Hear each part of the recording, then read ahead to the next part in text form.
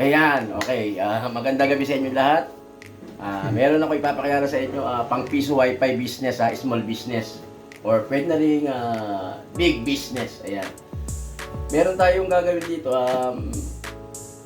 Pwede tayo mag-install sa mga bahay-bahay nyo or tindahan na piso wifi. Hindi na kailangan ng bendo machine. Hindi na siya kailangan hulugan ng piso or barya or anything. So, ang kailangan lang natin ikabi sa inyong mga wifi ay ito lang. Okay? So, napaka-affordable lang nito. Madali lang install.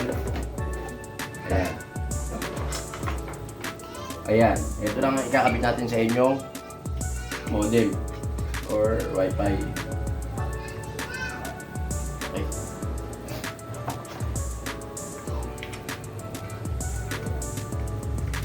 Lagyan natin ang antena. Ayan.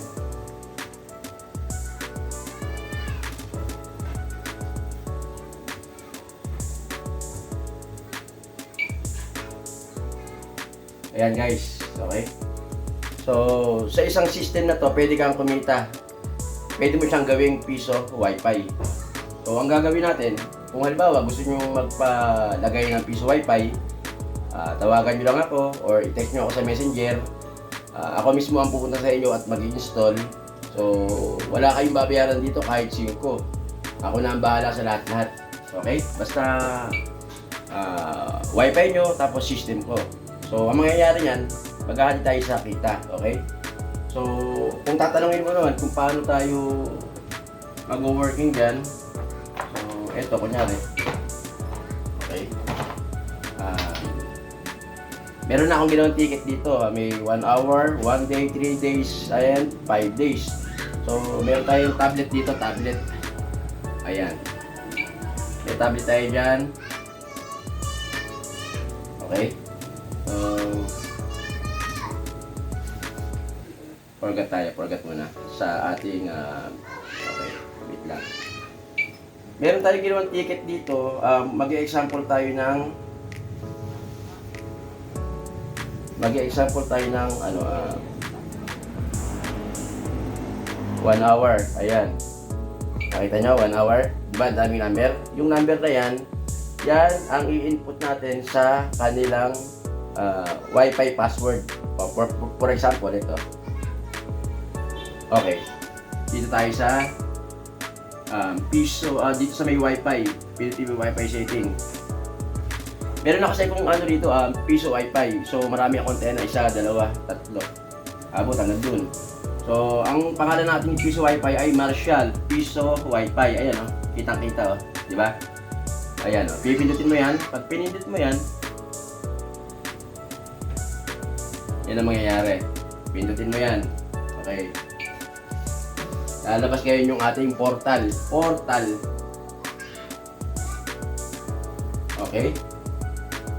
Pag lumabas na yung portal na yan, lalabas ngayon dyan yung ayun o, voucher access. Ayun o, dyan mo itatype yung voucher code dito. Ayan o, dyan sa linya na yan. Okay, type mo yan. Tapos yung number na yan, 207 820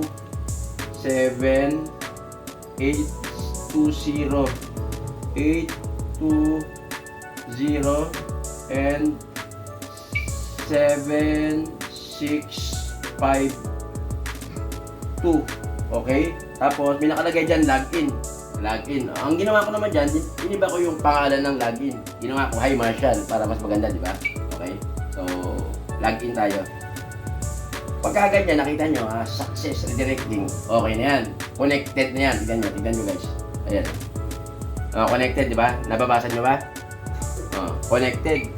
So, itong ticket na to, once na nagamit na to ng isang tao, hindi na pwedeng gamitin ng kung sino pa. Halimbawa, itinapon ko dyan. Napulot ng isa. Gusto niya, i-connect niya pa sa cellphone niya. Hindi na pwede yun. So, isang tao lang ang pwedeng gumamit nito. Tapon na to. Okay na.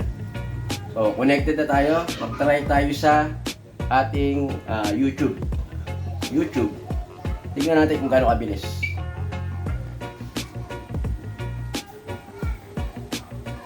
Okay. Okay na, di ba? Mag-try tayo ng isa. Okay. Mag-try tayo dyan ng isang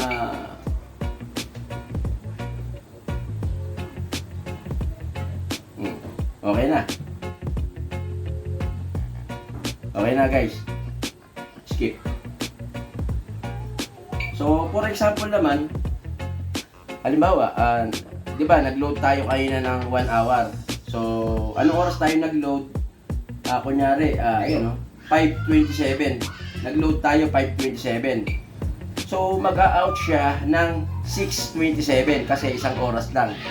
Automatic yun, wala ka nang pipindutin kahit isa. Basta ang gagawin mo lang, benta ka lang ng benta ng ticket. So, yun ang sistema natin. Okay. So, sabi ko nga sa inyo, itong isang system na to, pwede ka nang kumita rito. Yung wifi mo, pwede mo na siyang pagkakitaan. So, kung ang binabayaran mo, kunyari lang 1,000 sa isang buwan sa wifi mo. So, pagka may ganito ka, kumikita ka na, kunyari, 1,000 rin, or 1,500 or above, bawi ka na. Or kung hindi ka man bawi, halimbawa, kumita ka man ng 500, so, ang binabayaran mo sa wifi mo is 1,000. Mag-abono ko na ng 500. So, malaking bagay pa rin na makakaminos ka ng 500, di ba? For example ko lang yun, ha? So, napakaganda nito. Ayan. So, sa inyong ano naman,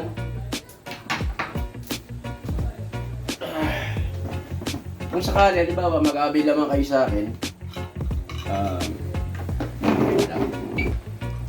Okay guys, ito, kumuha ako ng kumuha ko ng isang cable na mahaba. Ayan. Isang cable na mahaba. And then, eto guys. Okay. So, dito muna tayo sa adapter and yung kanyang plug. Ayan. So, kung mababasa mo TP link, ayan nakalagay. Kailangan nababasa mo yan. So, itong cable na mahaba, ayan, cable na mahaba, galing dito sa antena. Ayan. Dito yan guys, dito yan. Okay? Dito yan sa tawag dito, POE. POE. Ayan, POE. POE. Ayan. Tapos, ito namang maiksi. Ayan. Yung maiksing cable na yan, dito yan, sa isa, sa LAN. Okay. And yung dulo naman yan, ay doon sa likod ng inyong modem. Okay? Yun lang, ganun lang kasimple yan. So, wala na tayong HF-Urech yung gagawin dyan. Hindi katulad siya ng piso bendo, wifi bendo, mga ganun, na marami pang system sa loob na napakalakas sa kuryente at sirain. So, hindi ko naman sinasabing sirain, baka mamaya sabihin nyo, sinisiraan ko yung mga piso bendo dyan. So, mas laki ang advantage nito kaysa sa piso bendo. Dahil ang piso bendo nga, sabi ko sa inyo, malakas sa kuryente. So, pwedeng lagyan ng kung sino-sinong bata na lagyan ng barya, tingting, or ano pa man. So, gastos ka na naman, maintenance ka. Ito, wala kang gagawin, saksak mo lang yan. Saksak, plug and play na siya. So, dito, pagka nag-avail ka sa akin, ang usapan dito, hati tayo sa gasto, sa kita. Hati tayo sa kita. Ngayon, ako mag-install, bibigyan kita ng ticket. O ayun, pagka naubos yung ticket, tawagan mo lang ako, i-text mo ako, and then doon pa lang tayo maghahati ng kita. And then pagka bago tayo maghiwalay, lahat ng ticket na ibigay ko sa iyo, bubuuin ulit yun. Okay guys? So ayan, gumagana na yung ating meron pa tayong isang ikikiki dyan. Baka sabihin nyo, okay na. So, tignan nyo kung saan tayo nakakonek ha. Ayan Marshall Piso Wi-Fi Hotspot. Ayan. So, ayan. Dito na nagtatapos yung ating video. Ngayon, kung halimbawa gusto nyo magpakabit nito, magpa-install sa mga tindahan, basta sa matataong lugar, tawagan nyo lang ako. Pupunta agad ako at i-install ko sa inyo itong ating Piso Wi-Fi Business. So, ayan. Okay. Bye-bye. Bye-bye na. Bye-bye. Bye-bye. Bye-bye.